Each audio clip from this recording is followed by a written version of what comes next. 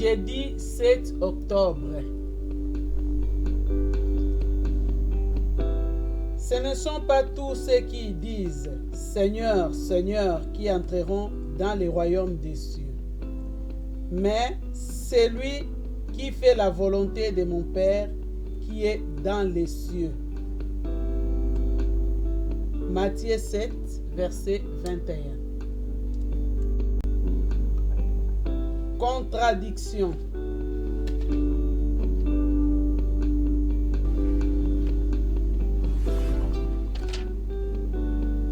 Les touristes qui visitent la cathédrale de Lübeck y remarquent une vieille inscription gothique qui s'adresse assez à peu près en ces termes.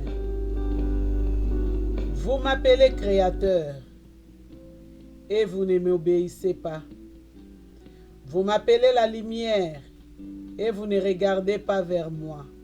Vous m'appelez la vérité et vous ne me croyez pas. Vous m'appelez le chemin et vous ne me suivrez pas.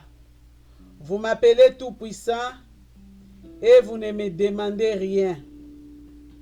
Vous m'appelez le bon Dieu et vous avez peur de moi. Vous m'appelez sauveur et vous ne vous confiez pas en moi. Vous m'appelez Seigneur et vous ne me servez pas. Et si je vous condamne, ne me blâmez pas.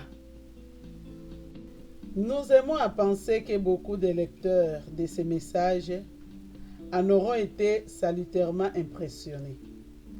Sans doute a-t-il été rédigé il y a bien des siècles par un prêtre inconnu qui choquait déjà la contradiction entre le christianisme et l'attitude des pseudo-chrétiens. Il met dans la bouche de Dieu de bien sérieuses paroles. Nous ne les trouvons pas sous cette forme dans la Bible. Mais nous ne pouvons pas lire la Sainte Écriture sans nous sentir nous aussi interpellés par elle. Dieu s'y révèle en Jésus-Christ. Reconnaître ses attributs implique de notre part, sous peine d'être hypocrite, une ligne de conduite correspondante. Dieu est tout ce qu'il dit être, et nous ne pouvons le faire menteur. Cela signifie qu'il attend de nous l'attitude qui correspond à chacun de ses caractères. Nous n'avons le droit d'appeler Jésus Sauveur qu'à condition de croire en lui, et Seigneur, que dans la mesure où nous avons le désir de lui obéir. Crois dans tes